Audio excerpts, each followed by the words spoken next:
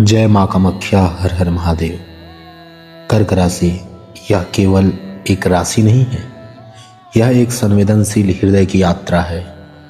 तुम उन लोगों में से हो जो दुनिया को आंखों से नहीं, भीतर की तरंगों से महसूस करते हो। कोई कुछ कहे या ना कहे, तुम्हारा मन पहले ही जान लेता है कि सामने वाला क्या छिपा रहा है। और अब एक गहरा समय आ रहा है। कर्क वालों, 12 अगस्त 2026 का सूर्य ग्रहण।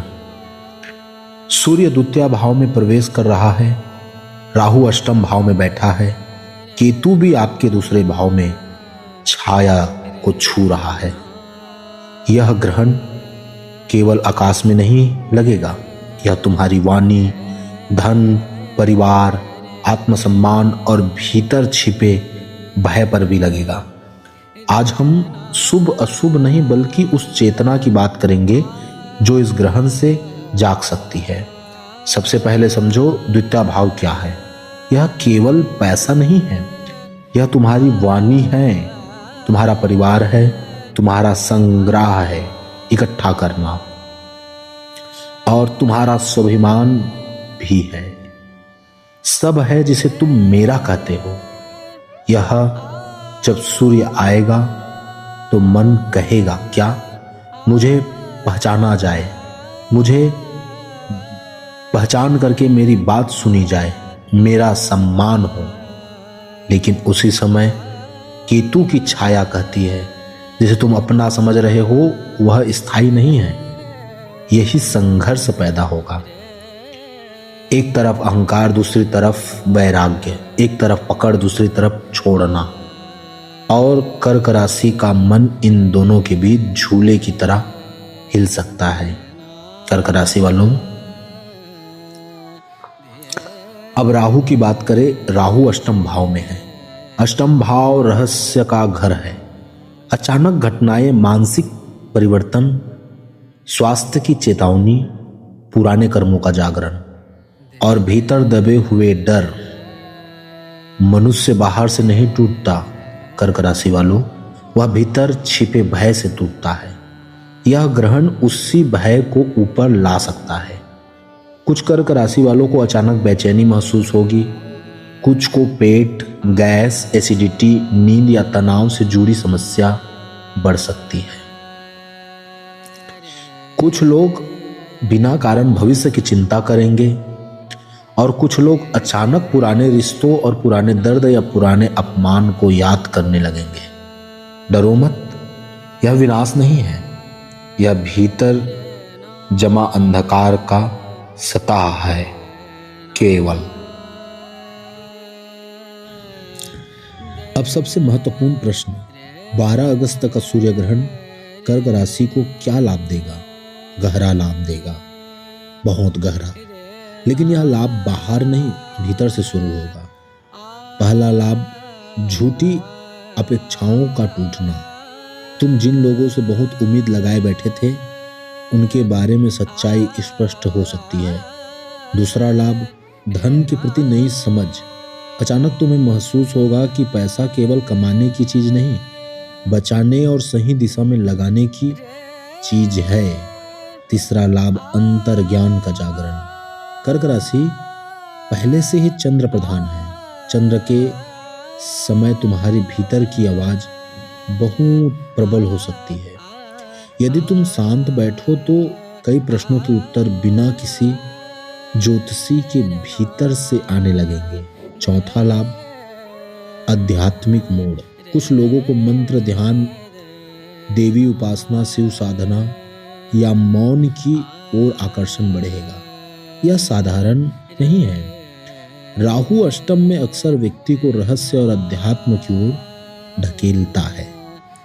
लेकिन अब नुकसान की बात भी ईमानदारी से करें। पहला नुकसान क्या होगा? वाणी का विष। ग्रहण के आसपास बोले गए कठोर शब्द लंबे समय तक संबंधों में दूरी ला सकते हैं। दूसरा जो बात है वो पारिवारिक गलतफहमी। छोटी बात बड़ी बन सकती है। धन का असाधन उपयोग। भावुक होकर खर्चा करना, किसी पर भरोसा करके पैसा देना या बिना सोचे समझे निवेश करना हानि दे सकता है। मानसिक थकान भी आपको जकड़ सकती है। शरीर से अधिक मन थक सकता है।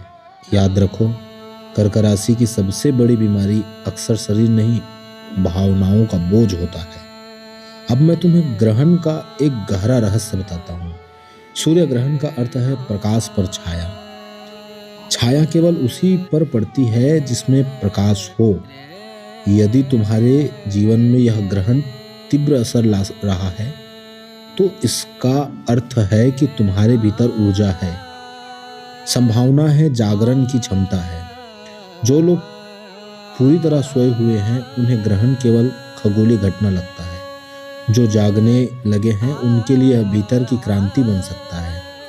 इस समय अपने आप से 3 प्रश्न पूछो। मैं किस भय को पकड़े बैठा हूँ? मैं किस व्यक्ति से मान्यता चाहता हूँ? यदि सब छिन जाए तो क्या मैं फिर भी शांत रह सकता हूँ? यही ग्रहण की असली साधना है। अब कैरियर और धन पर बात करें। द्वितीय भाव सक्रिय है, इसलिए धन का विषय अवश्य उठेगा। पुराने रुके हुए पैसे की चर्चा हो सकती है। परिवार के साथ आर्थिक योजना बन सकती है। कुछ लोगों को नई आय का विचार आएगा, लेकिन राहु अष्टम में होने से शॉर्टकट से बचना होगा। जल्दी पाने की इच्छा मन को अंधा कर देती है। इस ग्रहण के बाद 40 दिनों तक कोई बड़ा आर्थिक निर्णय केवल उत्साह में मत ले लेना। सोचो, रुको, फिर निर्णय लो। अब प्रेम और रिश्तों की बात। कर्क राशि प्रेम में गहराई चाहती है, लेकिन इस ग्रहण में एक परीक्षा होगी। क्या तुम प्रेम करते हो या पकड़ कर रखना चाहते हो? यदि संबंध में स्वामित्व अधिक हो तो तनाव बढ़ सकता है। यदि संबंध में संवाद और करुणा है तो यह समय उसे और गहरा कर सकता है। ग्रहण के दिन किसी पुराने संदेश, पुराने व्यक्ति या पुराने भावनात्मक अध्याय का लौटना संभव है, आ सकता है, लौट सकता है। हर लौटने वाली चीज जीवन साथी नहीं होती। कुछ चीजें केवल यह दिखाने लौटती है कि अब तुम पहले जैसे नहीं रहे। अब सेहत के ऊपर सीधी बात कर लेते हैं। राहु अष्टम में है, इसलिए ध्यान दो। पेट, पाचन, गैस, एसिडिटी, नींद, तनाव, हार्मोनल असंतुलन, पानी कम पीना, पानी की कमी। लेकिन मैं केवल दवा की बात नहीं करूंगा। तनाव वह है जब मन भविष्य में भाग रहा हो और जीवन वर्तमान में हो। ग्रहण के दिन और उसके बाद कुछ दिन कम बोलो, धीरे खाओ, पानी अधिक पियो, रात में अनावश्यक बहस से बचो, 15 मिनट मौन बैठो या साधारण उपाय नहीं है। ये ग्रहण की ऊर्जा को संतुलित करने के उपाय हैं। और अब अंतिम बात, कर्क राशि वालों, 12 अगस्त 2026 का सूर्य ग्रहण तुम्हें डराने नहीं आया है, यह तुम्हें जगाने आया है। जो टूटेगा वह शायद पहले से ही कमजोर था। जो बचेगा वही सत्य होगा।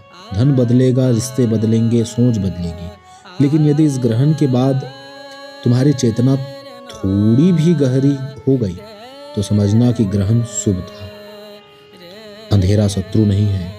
अंधेरा उस प्रकाश की तैयारी है जो अभी जन्म लेना चाहता है। तो इस ग्रहण से डरो मत कर्क राशि वालों।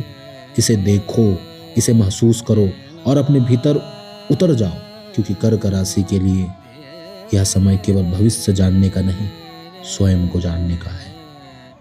कर्क राशि वालों, मैंने इस प्रकार से आप सबको पूरी निष्ठा और प्रेम से पूरे यह 12 अगस्त 2026 के सूर्य ग्रहण के विषय को विस्तार से रखा। कर्क राशि वालों, मैं जानता हूँ कि मन में भी बहुत सारे अभी भी प्रश्न होंगे, इसलिए हमारे इस वीडियो पर फ़ोन नंबर दिया है, अपॉइंटमेंट नंबर। आप हमसे पर्सनली बात कर सकते हैं। बात करके आप अपने जीवन को एक नई ऊर्जा और एक नई दशा दिशा दे सकते हैं।